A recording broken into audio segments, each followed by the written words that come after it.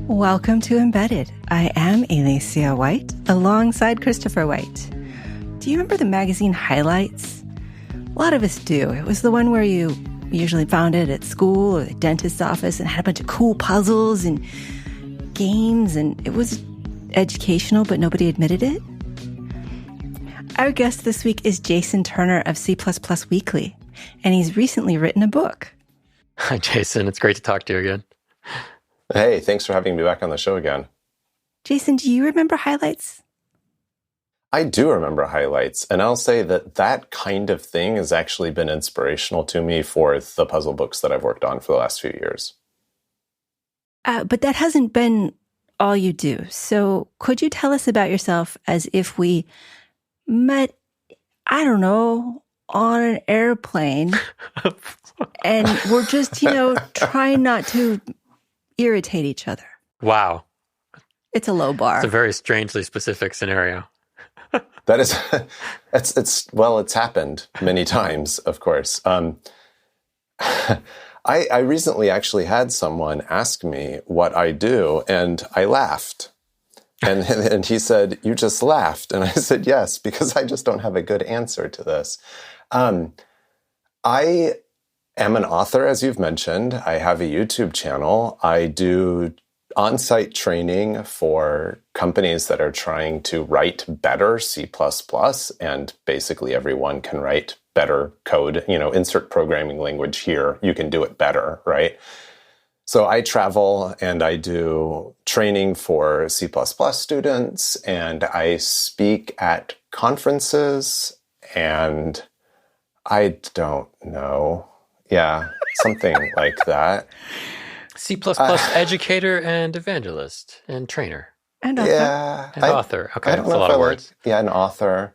And I also don't know if I like evangelist. Yeah, I wondered about that. Yeah. Okay. All right. We're going to do lightning round, and then we'll figure out what your career path was. That sounds great. C++ anthropologist. Hey, that's a good one. All right, lightning round. What is your favorite modern C++ feature?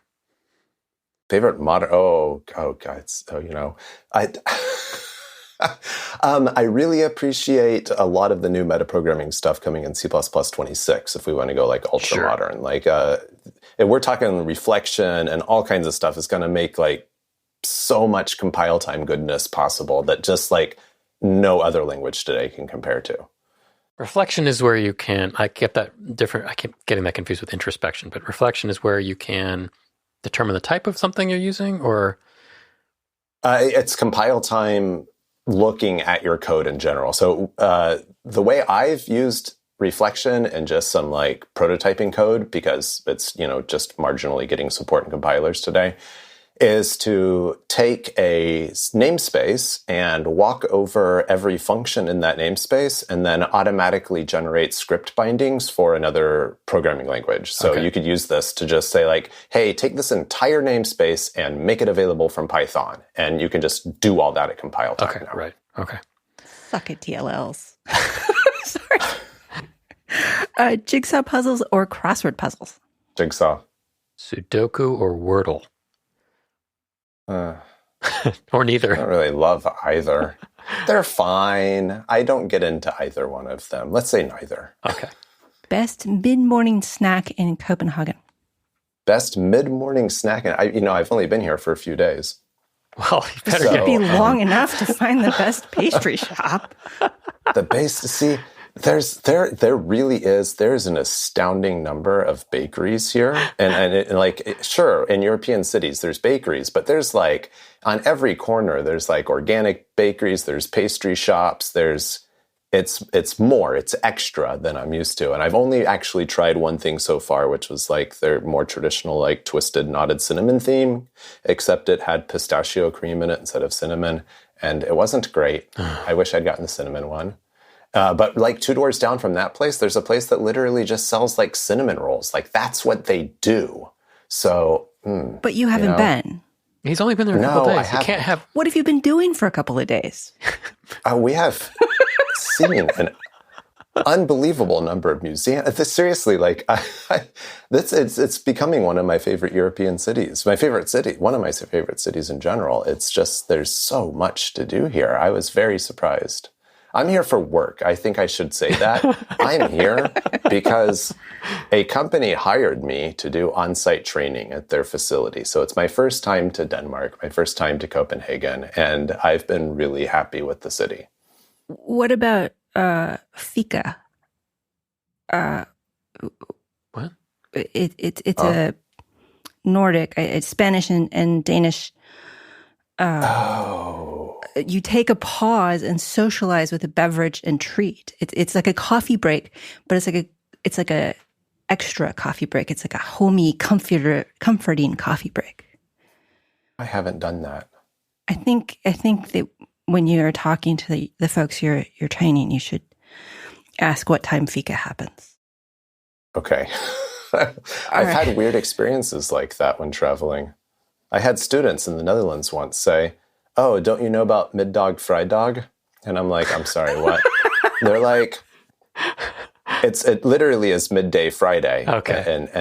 And they said like, "Oh, like we all basically go home at lunchtime on Friday. That's the end of the workday." And I'm like, I still have 3 more hours of training material to go over. So we didn't actually end up canceling the class halfway through the day, but no one had told me about that before. Middag Vrijdag? Vrijdag, yeah. I think I'm saying that mostly correctly. I'm sure a Dutch person will let you know in the comments. Fastest way to come up to speed on modern C++ after ignoring it since 1998. Very specific. That is very specific. I would say you should probably pick up Bjarne Strustrup's A Tour of C++. He does a great job of going through the main features.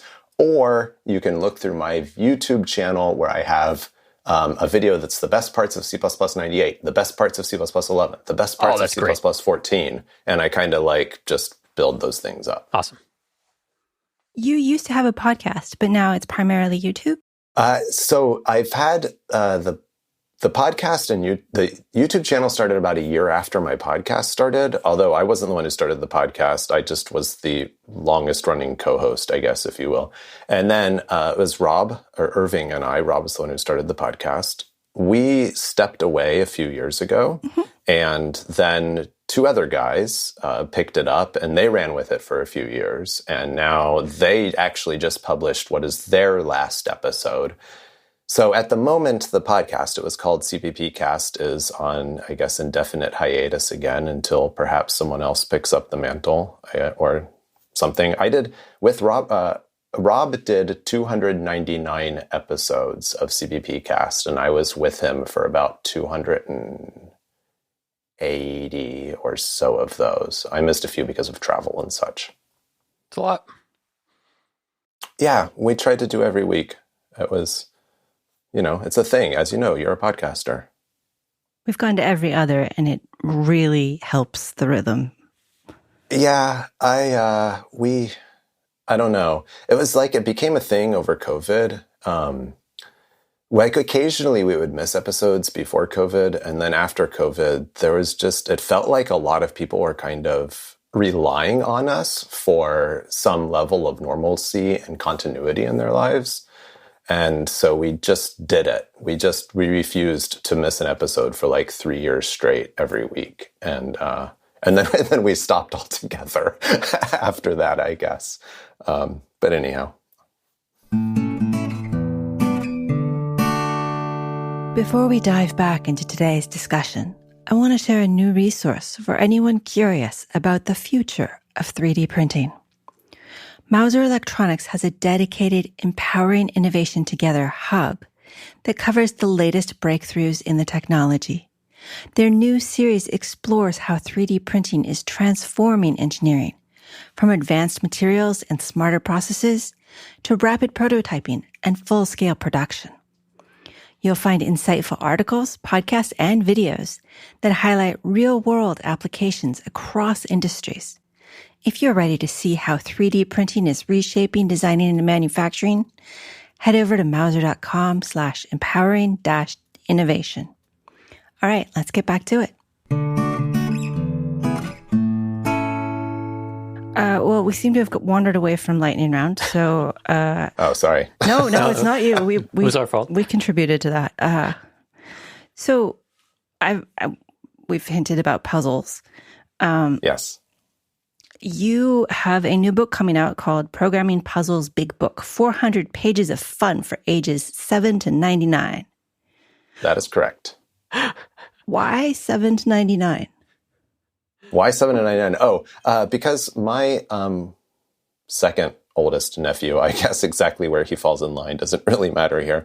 But my one of my nephews has a Code Cubbies is what it's called. It's a programming after school kind of thing in the Atlanta, Georgia area. You can look it up for any of your listeners. And he, I gave him some of these puzzles for his students, and he said the 7-year-olds with a little bit of help, like a parent just kind of like pointing them in the right direction, were able to do the types of puzzles that I put in this book. He said by like 9, they could just do them. They'll just figure it out. They can look at the examples. They can figure out the puzzles. And I had to say through 99 because, that's what one does. I wanted to make sure that everyone knew it was for all ages, basically. You're a Toys R Us kid, yeah. But these puzzles, there were word search, which was hilarious to me because I remember doing word searches. But there were things like you would give some of the binary numbers as an example, and then you would say, now figure out what the rest of these are. Yep. How did you decide? How did you decide which puzzles? How do you develop a puzzle? All right, sure. How do you develop a puzzle? How do I develop a puzzle? Okay. So what I wanted to do with this book is I wanted to make, this goes back like a while ago, but my wife and I were traveling in 2021. Goodness gracious, is that when that was? That was in 21. We were trying to get back to travel as early as possible. Anyhow, we were traveling in 21 and we met some people that are like, hey, I want to learn programming. Can you teach me how to program? And these are people in a part of the world with like no access to computers. They have cell phones, right? And so I for the last 4 years, this has been in the back of my head, how can I make computer science education as accessible as possible and as fun as possible? And some of my earlier experiments with this, so like you said, this isn't my first puzzle book. I have other puzzle books that are more C++ centric, but they're not books that are out to get you. They're books that are intended to actually be fun to do. So my first C++ puzzle book, now I'm just talking, I hope this is all right, but my first C++ puzzle book is called Object Lifetime Puzzlers, and my niece happened to be visiting, and she knows nothing about programming at all and has no interest in programming. And so I just was like, hey, look, I'm trying to figure out if this puzzle book works, and I gave it to her. And she asked 2 questions, and then by the next day, she had gone all the way through the puzzle book, and she found bugs in my puzzle book and stuff for me. And I'm like, this is great. I'm like, you understand the 4 types of object lifetime that C++ has better than most of my students do now, because you went through this puzzle book, right? And so I've just been this has been in the back of my head for 4 years. And I gave a talk at C++ on C a few years ago, 2023, I think it was. And the whole gist of that is just how can we make programming information as accessible as possible? Anyhow, so I kind of broke down the things that I thought were core to computer science.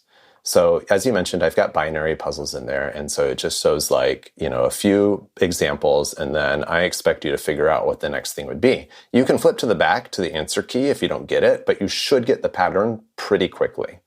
And then I introduce hex and octal and then conversion between those things. And I don't know if you want to go into all the things that the book covers right now, but it covers a lot. By the end of the book, you should be able to understand recursive algorithms in Lisp if you do all of the puzzles all the way through, for example. I like this idea because to me, programming has always been puzzle solving of a kind, right? That's the fun part of our job. That's the fun part of our jobs. And Right. But it's usually kind of muddled, like we're solving multiple puzzles at once or problems at once, but they break down into certain classes. But the way it's taught is usually not at least for me, it doesn't seem like the way computer science is taught is a series of puzzle solving kinds of things, and breaking it down into like common, okay, here's the kind of thing you need to solve on the regular. Seems like a good way to go about it. Plus, if they're fun on their own, divorced from computer science entirely, that's a bonus. I think they should be. I'm pretty sure they should be. I gave a copy, again, to the same niece who prototyped my very first puzzle book. And, then she went on her honeymoon, so I don't know if she's looked at it yet. But she was very excited to receive a copy, just for the record. And she did start on some of them. And she was looking at the binary, and she's like, okay, quick question. She's like, does this mean this? And I'm like, and I'm like, yes. And she's like, okay, great. I can do the rest of the binary ones now. And I'm like, score. And she is ridiculously smart anyhow, just comically smart anyhow. But you had binary and hex. You have regular expressions. There was Lisp. Yes. And these were all presented as not as here's a programming problem, go find a compiler, but as here's a pattern problem, puzzle it out. On paper. Right. On paper. Yes. Oh, I want people to write in the books so badly. I want them to treat them as puzzle books, but people don't want to when I meet them at conferences and stuff. Anyhow, sorry. I remember when Robin Sloan was on the show and we were talking about notebooks, and that whenever he got a new notebook to write in, it was just so overwhelming, the blank page, the pretty notebook. How can you put anything worth it in there? And then he would leave them out in the rain and drive over them. So maybe that's a strategy for you, is to drive over all your copies so people don't feel as bad about writing them. No, sorry. Random thought. It would be a strategy. It could they could be special editions. Yes. That have been pre-driven over. And colored in. Maybe you could take it to an elementary school and have them just do random crayon colors. That sounds perfect, yes. So you mentioned the object lifetime. You also have copy and reference as two puzzler books, which odd, but okay. And you have opcode puzzlers. Yes. Which was the one that I was like, I should get that one just to play with it. But then I was also like, I should do my own work. I will say, honestly, I'm not, in retrospect, very happy with the opcode puzzler books. And if that's the kind of thing that you want, then I would suggest you just get my current book, the Programming Puzzles Big Book, and just do the assembly language puzzles that are in there, because I think I do a much better job of introducing the concepts and building up slowly into actual code samples with those. The object lifetime ones, it's the 4 different types of object lifetime in C++, and that came out of exercises that I will do with my students on site. And people would just be like, yeah, this is fun. And I'm like, you know what? You all said this is fun. I'm totally making a puzzle book. And I did. The copy and reference puzzles is, just to kind of get people really ingrained in your head that C++ has, by default, copy semantics, which makes it relatively unique in the world of programming languages. And they're consistent copy semantics. It's not like Java or C# where it depends on whether it's a struct or a class or something like that. Yes. It annoys me from a design perspective. I'm sorry. No, I understand. I mean, for me, C always makes sense because I am steeped in C, and pointers totally make sense to me. And C++, right. I usually am good as long as I'm not too far in the future. You mean the recent past? The recent past. Right. And then Python, I just assume everything is copied unless I'm in pandas or NumPy, in which case I get to choose. But I know that that's not right. That's not correct. I think it's mostly everything is actually referenced in Python, except for when it's not. Yes, except for when it's not. Except for when it's not. And there's a gotcha in Python that I had someone point out to me, that if you have a defaulted parameter to a function that is a list, and then you update that parameter inside the body of the function, the next time you call that function, the new default is what you had previously done inside that function. Excuse me, I need to go write this down. I think this may affect some code I've been working on. I'm almost positive I said that correctly. That is really unexpected behavior. Well, I mean, it's just another object that has its own lifetime. And so I guess... But why wouldn't it be true of anything else you passed in? Why just... Is it just lists, or is it lists and everything? I don't know if it's just lists. Maybe it's I understand. Everything. I don't know. No, default variables are registers. So they wouldn't be... In Python? I mean, ideally. Anyway. I don't think they're in registers in this case. I do want to stress that these aren't like LEET code interview questions. Gotcha. Oh, not at all. Tricky. Yeah. No. And I was just thinking about the assembly language one, since you just said registers. By the time you go through all the assembly language ones specifically, you know direct addressing, indirect addressing, immediate values. So you're effectively taught pointers without realizing you're being taught pointers. And wait, did I get that right? Yes, I think that's right. It has, well, at least those different ways of loading values and a set of registers. Well, and that's supposed to be fun, which, because it's kind of sneaky and you're not saying this is a pointer and all of the same words that everybody uses to describe pointers. Right. I don't use words at all. You don't end up in this pointer reference battle where you just continually say the words over and over again and hope the person understands what you mean. No. Yeah. Just examples. I've been in that loop. Okay, so what's the difference between a puzzler and an interview question? I think some of my C++ puzzlers could be used as interview questions if you wanted to just see if people understand these semantics in the languages. But I don't think any of the puzzles in the book we're talking about today, the Programming Puzzles Big Book, I don't think any of the puzzles in there would be anything that you would ever practically use for an interview question. They're just, like you've said, they're meant to be fun, more so than the ones in the C++ puzzler books.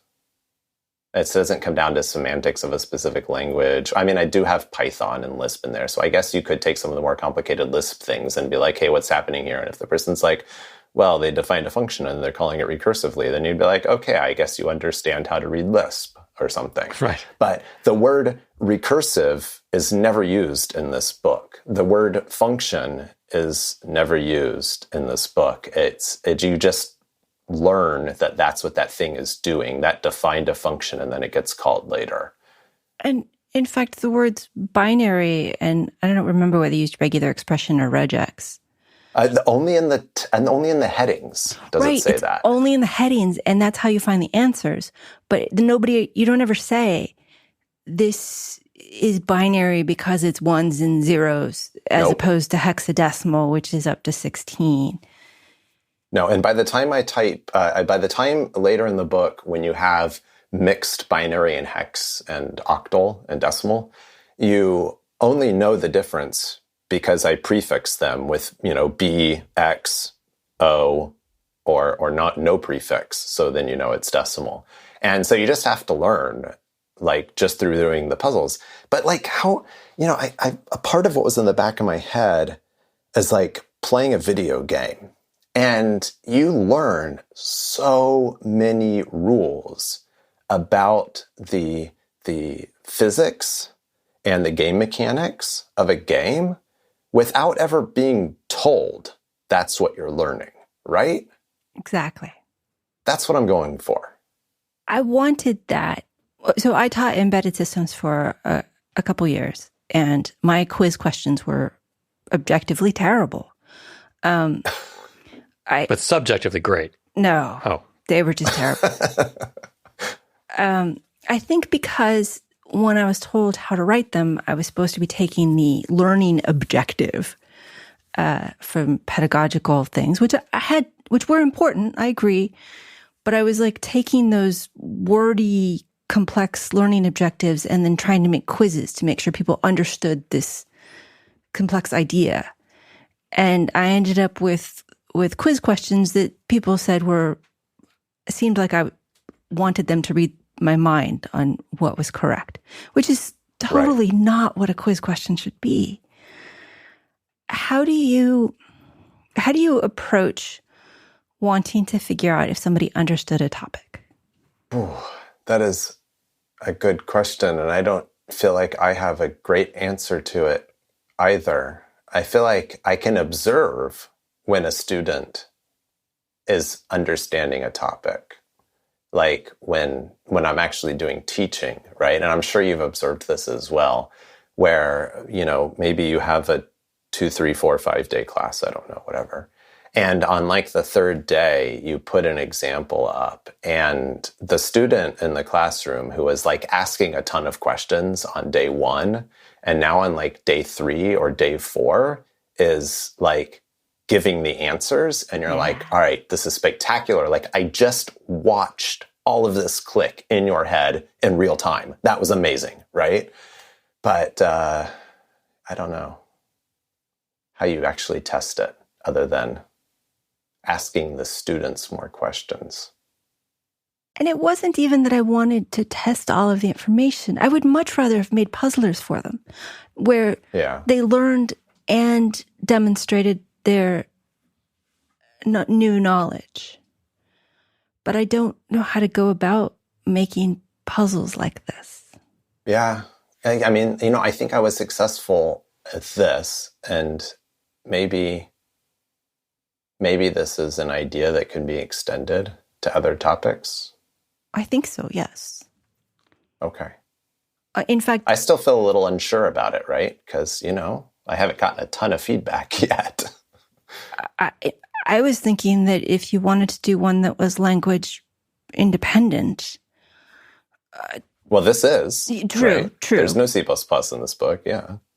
But even more so, I would want to go through the Gang of 4 design patterns. Interesting. And see if you could make puzzlers out of those. I mean, you'd have to really build it up, and then you'd be able to reuse the same pattern-ish thing. I bet you could do that. I mean, you would probably have to start, I would think you would have to start with object-oriented principles. But again, without telling anyone that that's what you're teaching, right? Like demonstrate object notation, member variables, and such. Oh. Gang of 4 likes that kind of thing. Yeah, but I don't even know that I'd go that far. I mean, I would start with actual objects, like how an automobile goes together with wheels and a steering wheel, and being able to talk about factory functions that way. Or, I think there's a typewriter pattern, or it's one that I always use with the typewriter example. And if you used an actual typewriter with keys, it would be very approachable. Like, how do you solve this problem? And the answer is the pattern. And then you can see another problem that's similar and have this. Anyway, if you want to talk about that offline, we can totally make. I think. No, you've already got me thinking, because so have you played any of these like Factorio or whatever kind of games? We are aware of them. I try to stay away from them for fear that they will consume me. This is like the Shenzhen. Yeah, or Factorio is even bigger. I mean, I've got if it's a programming game, I try to stay with it, away from them, because I will totally 100% get sucked in. Optimization, sequencing, all that stuff. So fun. Wait. No, so there is a game that I have been playing with my wife, and I am trying really hard. So I'll start describing it while I'm trying to pull it up on Steam. But there's this game called Overcooked, and it was very we've played popular. Overcooked. Oh, okay. Yeah, okay. So not Overcooked, though, is right. I was saying. Overcooked is what got us started on this type of game. And this other game is, I can't find it. Plate Up. It's Plate Up. It's called Plate Up. Overcooked is the game that we played. You play as two chefs. Do you remember we tried it once and we decided we'd kill each other if we continue to play it? I remember that. Okay. Anyway, it's a cooperative game where you play as chefs in a kitchen, and then things come in a sequence. You have to deliver dishes and all this stuff, and you have to cooperate as the two chefs in the kitchen. Yeah. So, okay. You're like throwing food across the kitchen at each other, that kind of thing. To get the time, right, because the time runs out, and yes. Okay, so Plate Up is like Overcooked, but it's more like a strategy game. It's still co-op, it's still the same screen, it can still get frantic, but it builds really, really, really slowly from like you're just running a coffee shop and you literally have to fill cups of coffee and deliver them, right? Like it's super simple. Okay. But if you go on the Plate Up wiki, Plate Up also has automation things that can be built. Oh, no. So if you go look on the Plate Up wiki and look at what people have done, they have like fully automated coffee, sushi shops where like the fish is automatically pulled from this thing, which automatically goes to a chopping station, which takes that to a plater. And then the plater is automatically delivering like different types of plates of sushi. And then all you have to do is deliver them. Or maybe you have the conveyor belts in the game run past all of the customers. So the correct customer just happens to pick up the plate, right?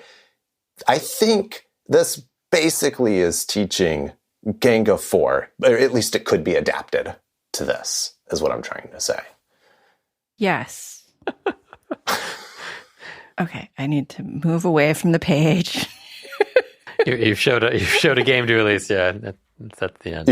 You went to the Plate Up wiki, and you can look. The people have done absolutely insane things. The most crazy stuff you have to do like plugins and things to make it be able to be possible. If you're trying to stick purely within the built-in game mechanics, it's really hard to get both enough money and enough time at a right point in a level to be able to actually build those things before you get overwhelmed with too many customers coming into the restaurant at once. But yeah, anyhow. One of the things you said there was that it had a slow lead up, but you serve coffee for a long time. I find effectively many of the games to get, especially the co-op games, because I am pretty bad at playing Steam type games. I find that they advance too quickly. But I also can see that with some of the puzzle things, not yours, but in general. Mm-hmm. How do you, bringing this back to your puzzle books, how do you figure out how fast to go? Okay, I have a strategy to how I design my puzzles. And again, I am not 100% certain how successful this is, except my niece is the one who's given me the most direct feedback to these things. I introduce a concept, and then I will have somewhere in the 8 to 12 or so puzzles that just kind of drill in that concept. And then on the next section, I will introduce a second concept. And I will again have about 12 puzzles that do it. And then on the third section, I will casually mix those two concepts together. Okay. And then on the fourth section, I introduce another new concept. So now I've got 3 concepts that I've introduced. By the fourth section, by the fifth one, I have like concept 1 plus concept 3, and then concept 2 plus concept 3. And then, until I know that I have paired all of the concepts, and then I will start to mix more and more concepts together. So that is my strategy for how I very slowly build these things up. And I never jump from like 1 to 3 things being paired together. I never ever do that. It's always 1 plus 1, 1 plus 1, 1 plus 1, until I know that you've done all those things in pairs, and then I add them together. Sounds a lot like spaced repetition in a way, which is, evidence-based. Well, and he does supersets where he switches subjects between, so you do get some more spacing in between. Yeah, and by the time you've gone all the way through this book, you're going to to like do the latest ones that have like some Python and some Lisp or whatever, or the opcode based ones, machine language based ones, it's going to kind of rely on the fact that you already know how to read binary to be able to do the assembly language based one, right? Now, I mean, not the first assembly language ones. The first assembly language ones anyone can do. It's just like printing numbers to the screen. But then by the time you get to the last one, you kind of need the binary and the hex and the octal and all the other things mixed together for that to make sense. Which have already been taught in the book. Right. I just wanted to because a lot of people are like, binary, no, hex, No. Oh, don't worry about it. You never see those words anyhow. Well, I guess you see them at the headings every now and then. Don't worry about it. And it's one of my earliest goals, too. I think I stated this, but I'll repeat it just in case I didn't get it out clearly. I don't use words, really, in this book. Right. So it should work for anyone from any background, regardless of what language you know or not. You won't be able to read the introduction, but the introduction basically says, I wrote this book to be accessible to everyone. So maybe I should translate that into like 5 different languages or something. I don't know.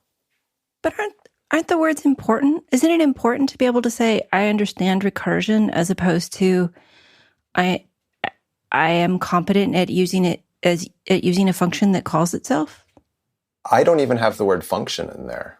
So I don't think I do. I am competent at using a thingy that calls itself? Reusable thingies that call themselves that have been called from other call? Would you use the word call? But what word call would you use if your primary language was Swahili? I don't know, right? Like, I don't know. So what's the point? I mean, there's something to be said for understanding concepts without the baggage of their jargon, right? Yes. And coming to the point out of this puzzle book, maybe you do take computer science, you'll instantly, hopefully, recognize, oh, that's just that thing I was doing, and it's called this. Okay. I can see it going that way and also the other way, depending on where you're coming from, of course. Sure. Where I had at least one person at the last... So I've been to one conference where I actually had copies of this book to give out. And at the conference, this was at CBPCon this year, someone came up to me and he's like, I would love a copy of this for my son who is currently taking computer science. And I'm like, whatever, here, I have a spare copy. And it was someone who had helped me out with some other stuff too. But that's irrelevant. I guess I give the books away whenever I have the opportunity to. So I can see it going, like, I guess, top down in that regard. Like, hey, I'm a computer science student. This might be just a way for me to practice some stuff. Or bottom up, like, hey, these are fun puzzles, and oops, I accidentally understand computer science. I always still wanted it to go bottom up. I just wanted at the end of it to have the word. Like, congratulations, you're getting good at recursion. So that when that word came up again, I wouldn't think it was more than it was. Mm. I think that happened to me, that there were times in math and in computer science where someone would say a term and I would be afraid because I didn't know the term. And then they would tell me what it was and I would still be kind of nervous because what they told me was way too simple. Oh, that's just singular value decomposition. That has never happened with that set of words, no. I think in a way I was afraid that if someone was having fun with the book and I accidentally told them they were learning something, it wouldn't be fun anymore. You need like an online appendix that they can go to and say. The secret thing, don't press this button unless you want to find out a deep secret about what you've just been doing. Yes. And trick them. And it should be a URL that's only available if you succeed in the last few puzzles. Yes. Oh, you have to decipher the URL, and once you do, it shows you everything that you've already learned, broken out. Yes. Congratulations, you're now a senior developer. Here's your Jira tickets.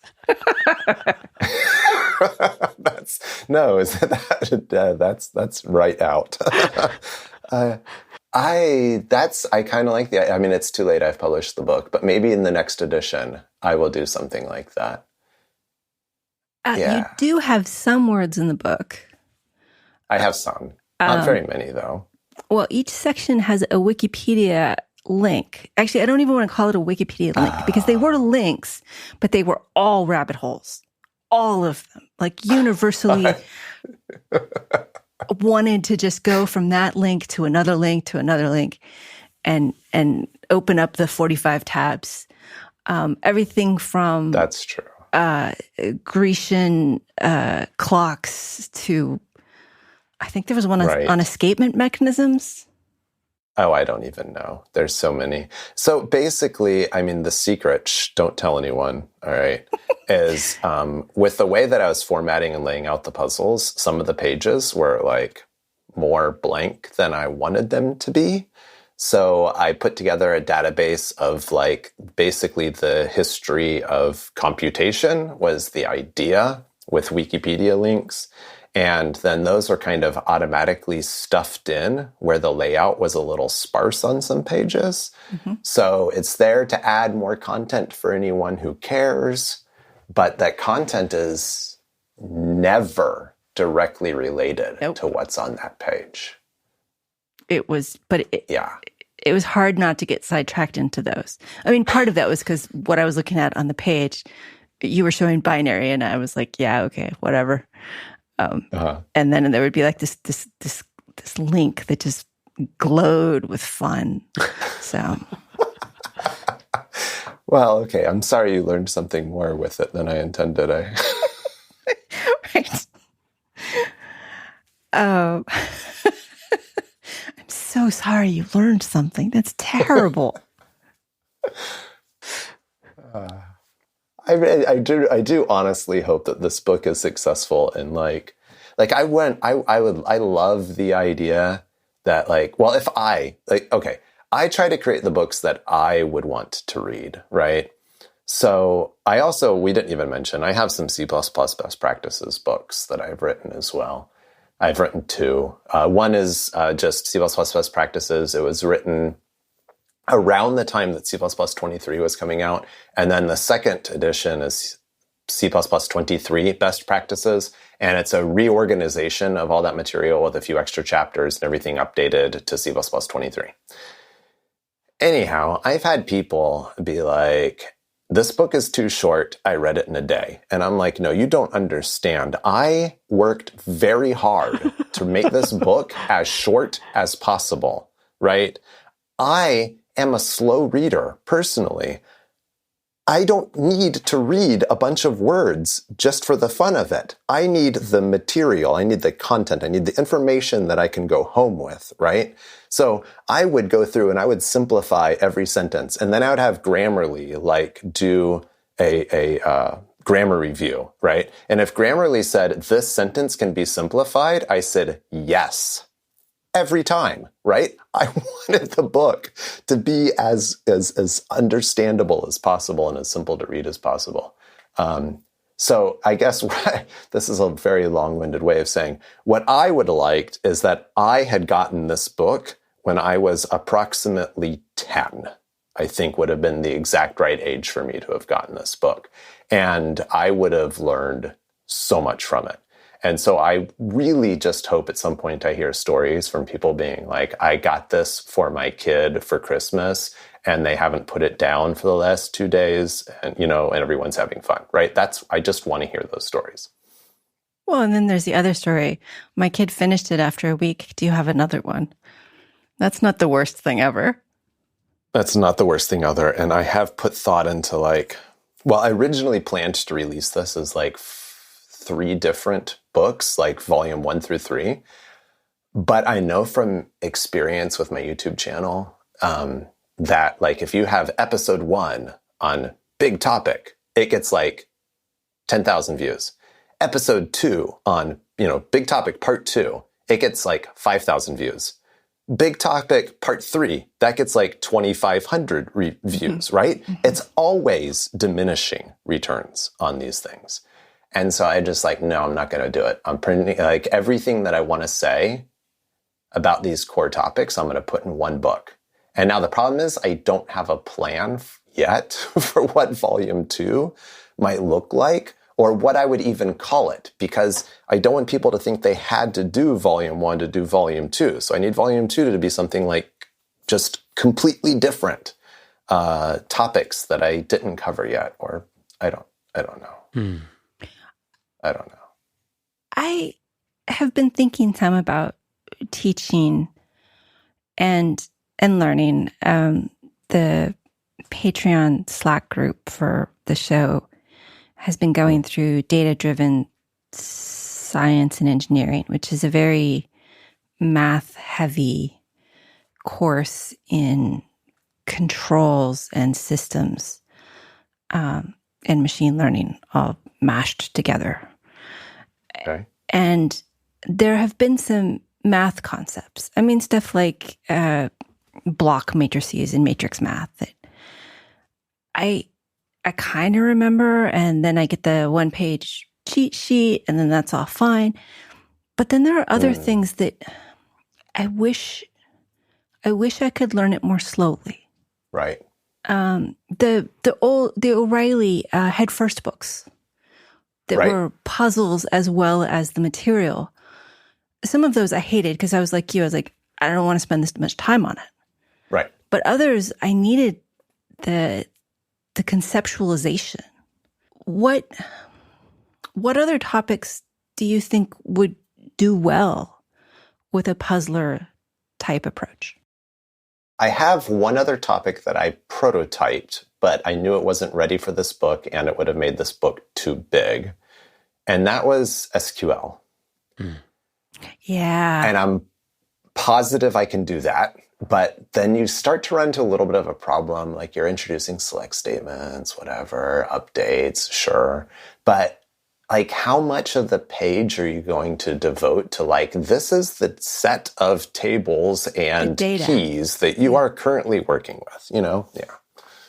Yeah. I wonder if you could do linear algebra and combinatorics. A lot of linear algebra would fall to it. There were some websites that had some beginnings of making it a game, but not enough to get me far enough. Possible. I'd have to relearn so much stuff myself to attempt to make a book about that. But there are lots of other topics. I mean, even the idea of the scientific method is something that I kind of wish somebody would bring back, a puzzle book of how to do that questioning in a rigorous way. Anyway, I'm just making notes, you know. I have lots of ideas. My work is very cyclical, and I know that I'm going to have a few months this year where I'm just going to be working on books. So it's going to come back around. Do you think there'll be more puzzle books? Oh, yeah. I'll do something more. I'm sure. And your definition of success was along the lines of feedback. Do you have... Yeah. Does it need to make money for it to be viable? You know, money is nice, of course. I don't turn down money, generally speaking. I mean, I have, like, probably every contractor I have fired clients in the past for various reasons. Money is good, but I also know that you don't make a lot of money from being an author unless you are a really famous author, right? So leveling up the quality of code that people are writing is like, I've come to this slow realization this year. Like, that is what drives me. I mean, I've got 502 episodes of C++ Weekly up. I've been making C++ weekly content for 502 weeks straight, no breaks. Wow. And why did I do this? Why do I have the podcast? Why do I speak at conferences? I've given away... I mean, I'm not positive. I don't know how you would quantify this, but I'm pretty sure I've given away more C++ content than anyone else has. I think it would be difficult to match that between the 500 episodes of C++ Weekly, the 299 episodes of CBP Cast, plus the conference talks and everything else. And I realized my driving motivation is really like, we can do better, right? Like, I want to live in a world where software is of higher quality than it is today because it drives everything, right? So yes, of course, I need to make a living from money as well. But I think more success to me is when people tell me like, hey, by the way, like I just got this LinkedIn note from someone that was like, I got the senior dev job that I wanted because of C++ Weekly. And I'm like, excellent. I'm very glad that you are learning things, right? That's really important to me. And hopefully he comes back later and has me do training for the rest of his team, of course. But I don't know. That's what's been on my mind the last couple months, I guess. I get that. I mean, yeah, we've put out a lot of information and we've talked to a lot of people, and we've gotten consulting gigs somewhat based on the podcast because it gets our name out. Right. But for the most part, we do get most of our consulting gigs from people we know. Right. And so as far as advertising for logical elegance, Embedded FM is only partially successful. Right. But as far as making us feel like we are helping other people make better code and our goal is more about keeping folks engaged in technology careers because it's so easy to fall out of the pipeline. Yeah, no, that's a fascinating question. Chris is currently out of the personal pipeline. Experience? Oh, okay. Trying to hang on with one finger to the pipeline. I think that's a spectacular question because in my world, we talk about these dark matter developers because there's tens of millions of C++ programmers probably around the world. And the number that come to conferences and read books and do things where you know that people are trying to actually educate themselves is more like in the hundreds of thousands, right? At most. It's like it's really low percentages. So have you had that experience of saying like someone actually came to you and said, because of your podcast, I have chosen to keep learning more. Like you pulled me out of my rut that I was in or whatever. Yes. And it's the greatest feeling. That's awesome. Or I stayed in my job a little longer and I refound what was fun about it. Or cool. I went back to school because what you were talking about sounded more fun than what I was doing. God, sounds like I should listen to this podcast. No, don't. You can never listen to your own podcast. But sometimes it's just, I started this neat project and I'm excited about it, more excited than I have been about work, which makerspace has always been a little weird for me because as somebody who went through schooling for engineering, I'm like, there's a formal process. Yeah. But the makers are always so inspiring and they don't see the limits and complexity doesn't bother them because they just don't notice. And that does create a different environment that's more fun for those of us who are like, that's too hard. But then somebody shows up with blinking shoes and you're like, those are so cute. I remember those first years as a software developer when the boss would come to you and say, is it possible to do X? And you're like, yes, I'll do that tomorrow. And then you have it done and you deliver it. But me today would look at that code and be like, you should have never done that, kid. And yet the people that I get to mentor through consulting, I absolutely adore the mentoring.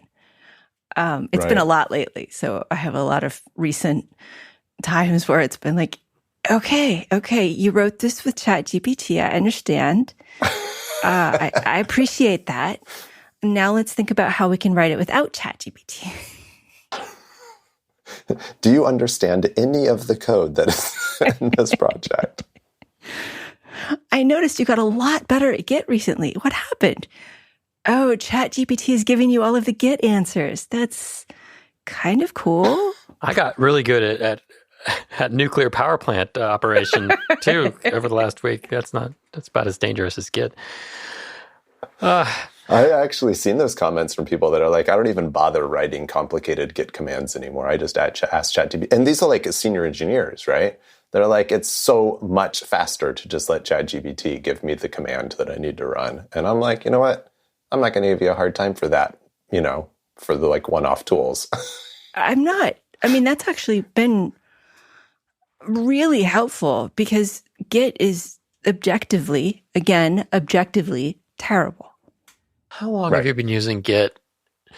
I have been using Git long enough that I shouldn't have to look up whether I need Git revert or reset. Have you like read a book on Git? I have read 2 books on Git, and I have played games. Have you tried reading no books on Git? I think that's the key. There's a Git game. There are multiple Git games. I didn't know that. Really? There are? Yeah. And they're kind of like what you're doing with puzzles, but they're more pragmatic about it. Oh my Git. Yes, that's one of the best ones. That's hilarious. I'll have to play with that.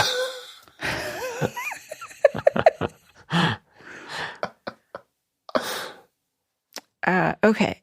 So you mentioned you started out developing, being a developer, and you got your degree in computer science? Computer science from Virginia Tech, yeah. And then you did software for like a decade?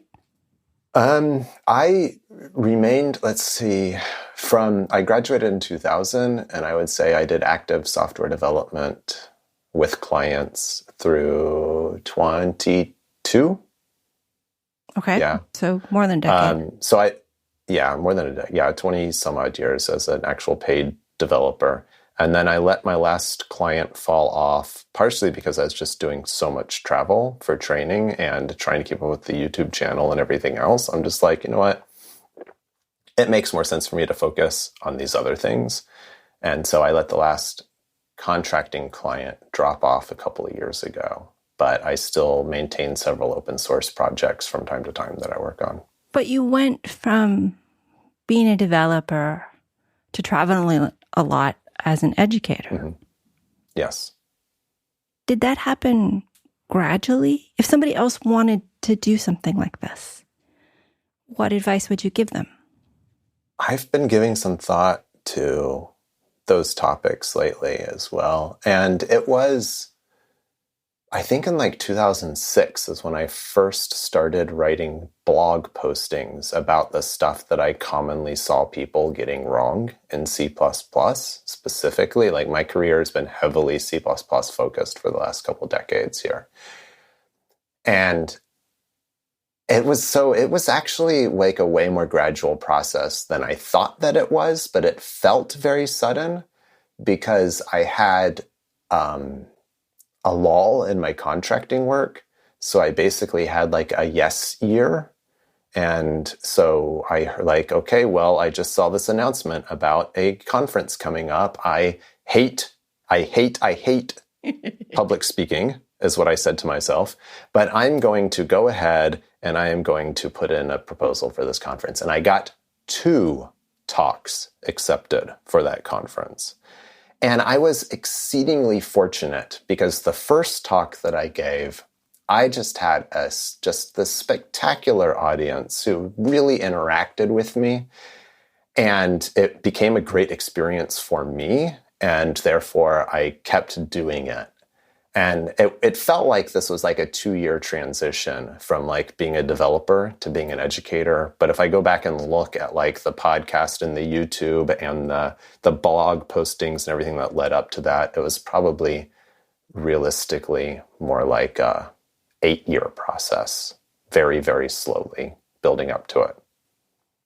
One of our listeners has asked us recently, how do you learn to enjoy writing? And I think it's because they would like to follow something similar, that they would like to have a blog and be useful and maybe get more experience so that they can speak and train. Right. Do you have any advice for someone who wants to get better at writing, but also wants to figure out how to get themselves self-motivated for writing? Self-motivated for writing? For blog posts. I don't know. Yeah. How did you do I it? don't. Were you just so angry that everybody was wrong all the time? You know what? That might have been, that might be the secret. You have to get properly angry. I'm not That's sure. the secret. I'm always angry. I wasn't very consistent about the blog post. Yes, yeah, right. Yes. I actually, in all seriousness, will have people ask me, like, you're so calm on stage. How are you like so calm? I'm like, no. You don't understand. My secret is that I'm always anxious. Like, which is absolutely true. I generally, but, so I think part of how I motivated myself was, well, basically I didn't have work was how I became consistent at doing this, right? And if you don't have work, but you do have a family and a mortgage, you have to try to something that will start earning money, right? So that was a strong motivator. Another motivator was naming my YouTube channel C++ Weekly. Boy, that really does not lock you in, doesn't it? Yeah. A lot. Like I knew what I was doing, but I didn't know that I would be doing it for this long necessarily. Yeah. I don't know. You have to find that motivation in yourself somehow. I think I was a developer, and then I was a consultant, and then I had downtime. And the downtime, like many consultants, that's when they do these projects that they start writing about or talking about. Because if you don't work at all, that's kind of bad. But if you don't have any paying work, your goal actually is to get paying work. And so you're doing something you can talk about that you can actually, that works as advertising for you. And so yours turned into an entirely different career. Yeah. It has. Yeah. I get it. I ended up writing a book. I get it. Yeah, I'm trying to, so one thing that I've personally tried to do is every time I've had a period of unemployment or underemployment, I've tried to see that as an opportunity. So I was unemployed during the dot bomb for like 7 months. And in that time period, I worked on an open source project just on the side. For the fun of it, I was just trying to up my skills. I was learning C++ at the time. And then I got a job that was terrible. And then I applied for a different job. And when I was interviewed for that second job, they told me basically that they offered me the job because I was the only developer that they had interviewed with C++ cross-platform GUI experience. And I only had that experience because I spent 6 months tooling around with this side open source project that happened to be cross-platform. And the reason that project was cross-platform is because I wanted it to be available on Windows, but I prefer development on Linux. So I had to make it cross-platform. And that's just kind of been a thing that has happened throughout my career. I just look for opportunities to learn new things, and it goes places. You mean there wasn't a 10-year plan? There wasn't a 25-year plan, I'm sure of that. I like how some people have thought that I planned my career, and I'm just like, no. I'm sorry, no.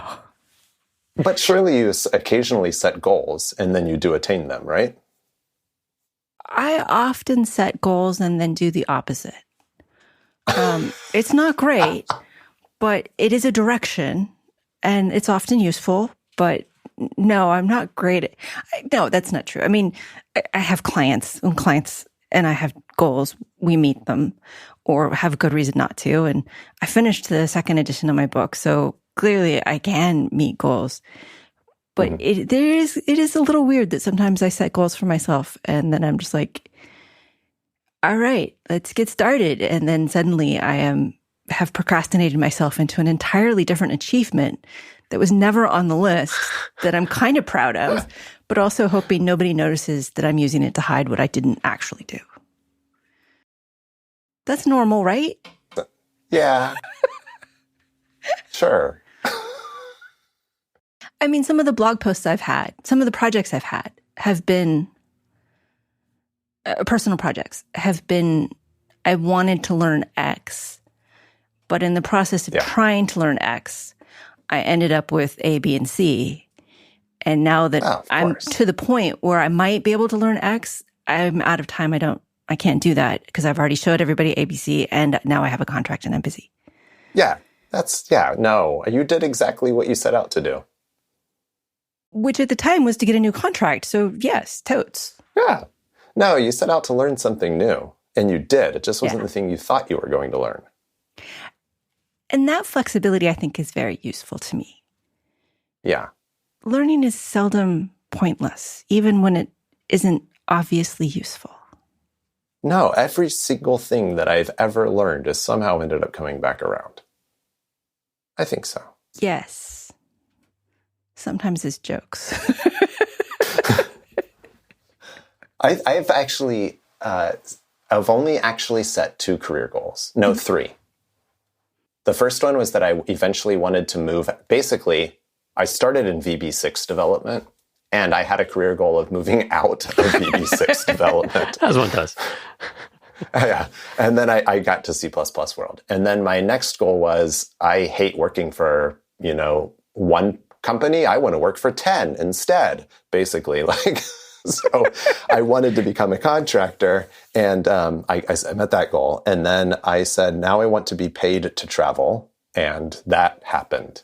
So those 3, yeah. I never wanted to be an author. No. Do you usually get paid to go to conferences, or is it mostly about training? No, and so I basically only go to conferences that pay for travel. Mm-hmm. So there's actually a few C++ conferences that can't afford to pay for travel. And I understand because conference budgets are incredibly difficult to be profitable. So I go to the conferences that pay for travel. And then I guess this year, I've also given a workshop at each of those conferences. But I never expect that workshop itself either to be profitable, really. And then what really helps is the people who are in the regular conference sessions that I give and the people who are in the workshops that I give, some very low percentage of them will eventually have me to their company to do on-site training. And so then it all works out in the end. What's the best part about on-site training? For you, not for them. For me. First of all, I love going to a city that I've never been to before. So that part, I've even told some companies, you bring me there, I'm going to give you a discount. I'm not going to say anything specific on air right now. You want me to go to Venice? Yes, we can talk about Venice. Venice, we could talk about. We could. All right, fine. I'll say the one that I've actually told several people. I'm like, you bring me to Germany during Christmas market season, I will give you a discount. That's my wife and I love Christmas market season in Germany. That's the best, for me personally, I guess, personal growth kind of thing. But I really do love when I see that students have learned something new. That is very rewarding as well. We have a couple listener questions, which I think we've mostly answered. The first is from Chris Gamble, who likes the idea for the book, hasn't checked it out, wanted to know how you balance the difficulty of puzzles between beginner, intermediate, and advanced folks. And that's where I'm just it's a flow. It starts from assuming you know nothing. And if you go in order, you'll know things, basically. So I'm not really trying to make a balance. I'm trying to make a continuum. And Andreas wanted to know what you thought about the fact that it's even possible to write several C++ puzzle books. What does that say about C++ compared to alternatives? And I will just say, I think every language has puzzle books right now, first of all. It's just that so many of them are also the spec. But I think, as we already covered, my C++ puzzle books are meant to be fun. They're not C++ gotcha books, right? They're just going through things that are core in the language, and it's not trying to trick you or anything. And sure, there are books like that about C++, and there's websites that are like C++ quiz, and it's and even a Twitter channel or whatever account that has posted like a C++ weekly quiz. And some of these things, even as like I would call myself a C++ expert, I'm like, I have no idea what that code's supposed to do, right? I'm not trying to do that. I'm trying to educate you in a simple and fun way. Chris answered an interview question. I have no idea what that code is supposed to do, and I don't care. Whoever wrote it should be fired. Yes. And I think that is sometimes the appropriate answer when you're in an interview. Now, the problem is if it's, I've known people who wanted to say something similar to that, but what really the truth is that they didn't understand a core feature of the language. So that was not the case with the question. The question in question. But yes. Just be certain that you know. How dare you ask me what a switch statement is? Basically. Do you know who I am? I've had those on the other side. Yes. Do you know who I am? I had someone I interviewed once, a long time ago, when I still had a regular job, who put C++ guru on his resume. Uh-oh. And I tried to I'm like at the point, I'm basically a C++ beginner, but I'm like, you put guru on your resume, I'm going to find some good questions, right? Heck yeah. And I give him some questions, and he's like, I think I'm going to remove guru from my resume. And I'm like, I think you probably should. C++ yeoman. Yeah. I did try to just look for Swift language puzzle books, but unfortunately that can never happen because the Swift puzzle book space has been completely taken over by Taylor Swift puzzle books. So they're going to have to rename the language for anybody to ever find a puzzle book about the language. That is almost certainly true. I know there are Python puzzle books. I own one of them. Well, I have a contribution to that regarding finally, else, and exceptions. Try finally. Try catch finally. Yes, that's it. That's Java, right? No, it's also Python. Yeah. Try except. That's also Python. Finally, right. Else. Else.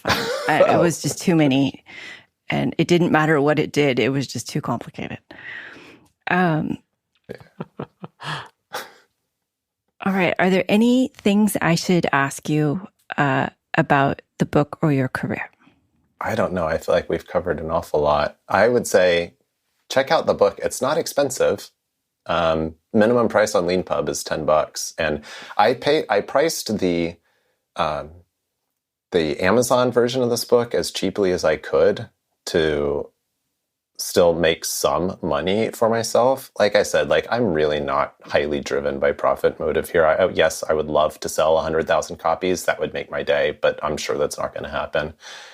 I think it's $19.99 on Amazon. I should probably verify that before you put it in the podcast, but it's too late now. I'm trying to click on it. It's not going. Yeah, it's $19.95. I got that right. Yeah.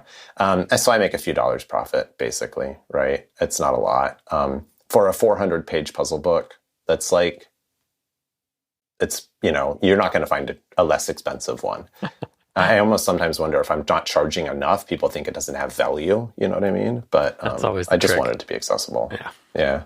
And this is for paper, and it's to write it out. And if you have, niece or nephew for the holidays and want to give them something that might be fun without being obviously educational. Yeah.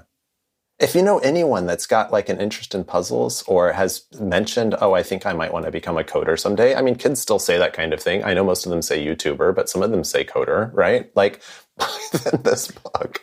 Your path to YouTube fame is not, alone. There have been other developers to YouTube fame.